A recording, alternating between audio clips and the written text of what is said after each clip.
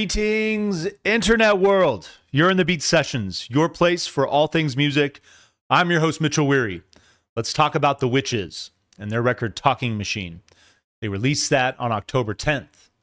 This is the fifth studio album for the British rockers and their follow-up to 2023's Our Guest Can't Be Named. And for all of us, there are those bands that we discover from time to time that come along and scratch that hard-to-reach itch. And the Wytches are one of those bands for me when it comes to good old-fashioned, guitar-driven rock and roll. And they could not have picked a more perfect time than 3 weeks before Halloween to release this record. Their style is raw and classic. It's like a gothic incarnation of the song Rumble by Link Wray and the Raymen, combined with other classic 50s rock stylings and so much that evolved in the decade that followed. Garage rock, surf rock, punk rock, metal, and psychedelia. They feel like a hybrid of Black Sabbath, 13th Floor Elevators, a little bit of the Misfits, that ghoulishness, and then the Beach Boys if Dick Dale had been their lead guitar player. That's just the ground floor, though, and it's the more contemporary sounds, I'd say, that inspire this band, that allow them to differentiate themselves from their peers. Throughout their catalog, the band incorporates the 90s alternative sounds of bands like Pavement and Guided by Voices, to name a few. It's subtle, but I really enjoyed this aspect of their sound. And then there's the oh-so-important gothic stylings of Susie and the Banshees and Bauhaus that paved the way for gothic country acts like the Handsome Family and Bonnie Prince Billy. This gothic country feel is hard at work for the band more than ever, I'd say, on Talking Machine, and I love that about this record. I'd also argue that the band takes influence from other purveyors of the Stygian garage sound that led the revival beginning in the 2000s. Bands like the Black Angels and Black Rebel Motorcycle Club. All of this has allowed Christian Bell and company to customize a brooding and shadowy body of work, carving out a unique niche in the modern rock landscape. The Wytches truly enchant the listener with Talking Machine, embracing the past while also pushing their sound in a new direction. The band manages production once again, with Luke Oldfield handling the engineering. But for the first time since their 2014 debut, Annabelle Dream Reader, they've opted for a fully live recording approach, providing the album with unpolished analog warmth and charm, like you're sitting right there in the room with them. So much of their style is derived from bands that have embraced this concept that this just feels natural to me for them. And this second attempt finds the Wytches applying the wisdom attained from that previous experience and operating with newfound confidence and an authentic elegance.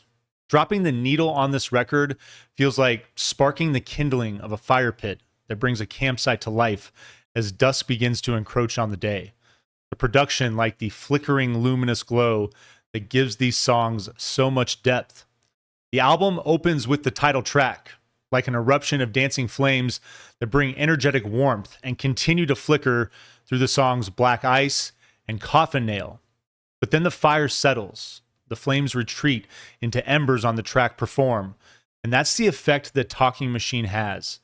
It smolders for the rest of its duration, creating a soft, pensive glow that showcases their artistic dexterity and knack for introspection.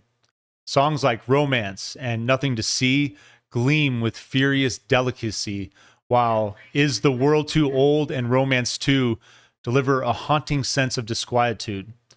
The result is a record that is gritty, atmospheric, and adventurous, with its incorporation of Latin influences and the sepia tone style of the Lone Star State.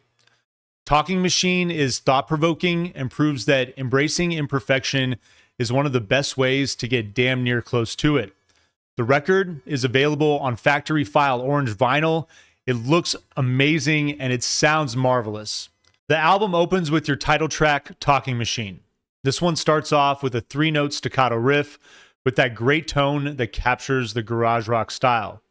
The notes embody a sinister edge while they give the track endless potential to go anywhere, with the band choosing to take it in a groovy, psychedelic direction. I particularly love the bass lick and the overall feel of Alice Cooper and 13th Floor Elevators. Christian's vocals are nice and hazy, sinking into the mix and serving the song quite well. And the songs move into a heavy bridge to follow the lighter melodies of the chorus is awesome too. I dig all the big staccato riffs through this track, and then the bass is going to lead off the start of the coda that fixes on the heaviest segment of the track to close things off. Your second song is entitled Black Ice. A somewhat subdued crash of instrumentation leads this up-tempo track off with propelling rhythm and an arpeggiated riff that dances in the dark tone of surf rock, but also operates with a bit of a light twinkle. Kind of feels like the devil is smiling at you a bit. The riff moves through an extended intro before the song blasts into a heavy wall of guitars and rhythm, taking full advantage of the unnerving edge they build up. The verses work to this effect, with the chorus working a little lighter with a bit of that poppy Beach Boys feel, courtesy of the vocal harmonies. The track keeps its heavy edge for the solo and finishes with a repeat of the chorus. Your third track is entitled Coffin Nails. Driving mid-tempo drums open this one up with a groovy little hair-raising riff and sharp shuffles of guitar.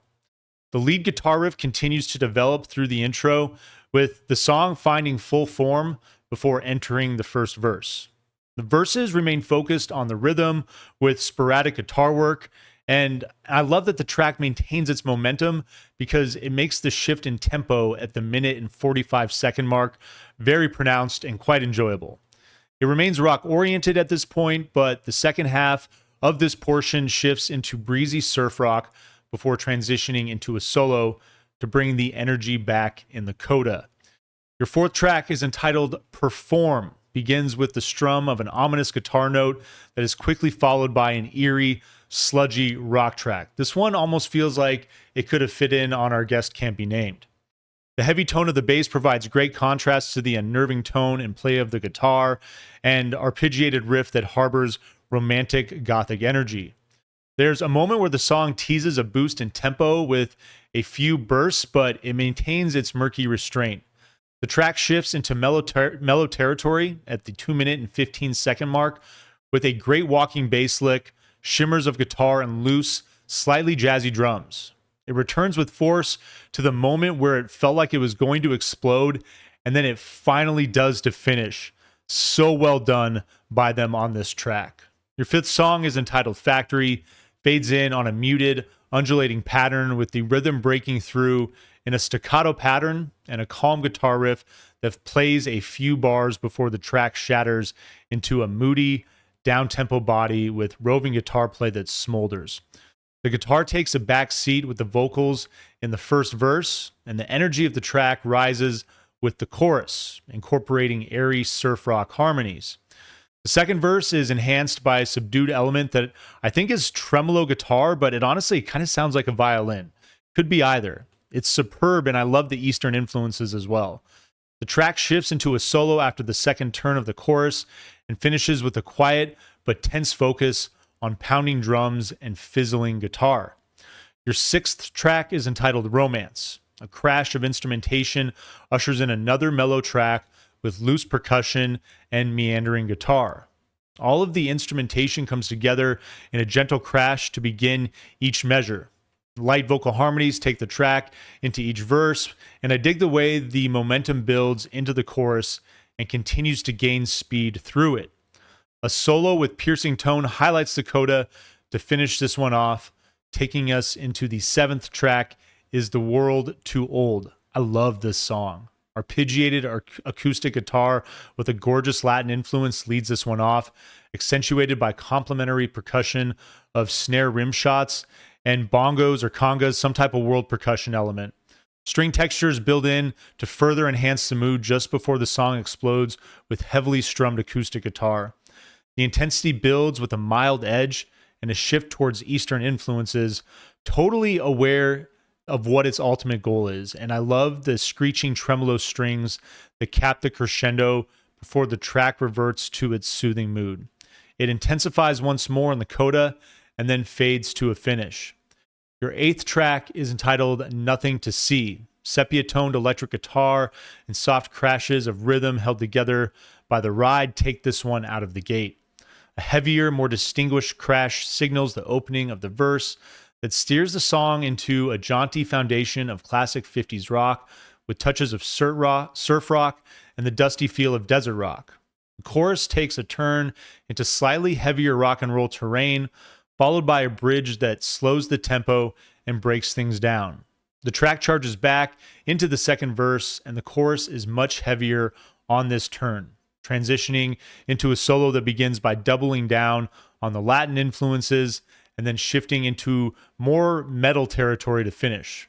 The song breaks down just percussion with a bit of jazz feel, followed shortly after by a building guitars and frenzied strings.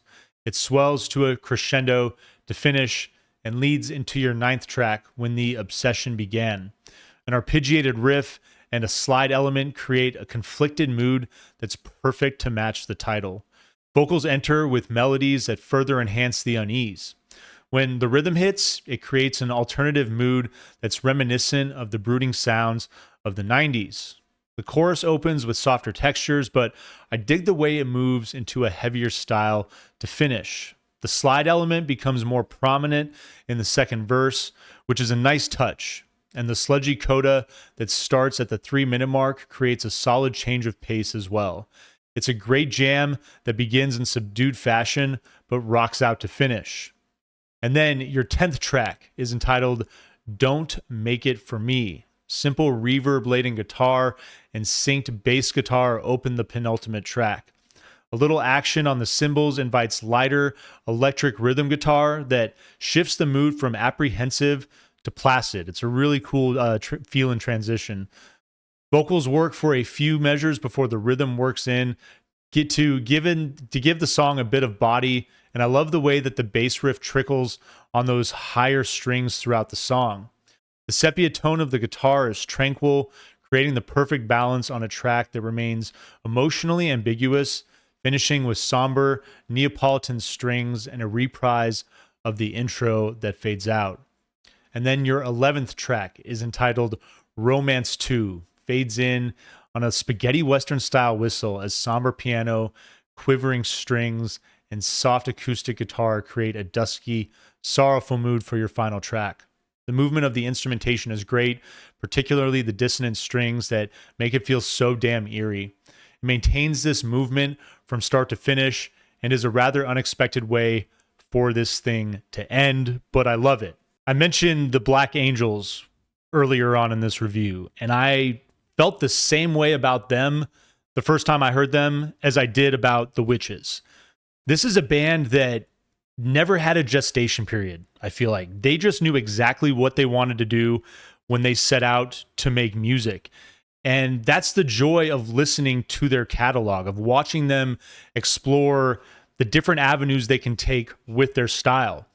I can see where longtime fans of the band might be a little disappointed with this record. It is not nearly as heavy and as loud and rock and roll driven per se as previous records, but that's what I dig about it. It feels like this is an avenue that they haven't taken their sound down fully. There's moments on other records where they have this quiet, mellow, brooding sensibility, but I really like the way that it's fleshed out with Talking Machine.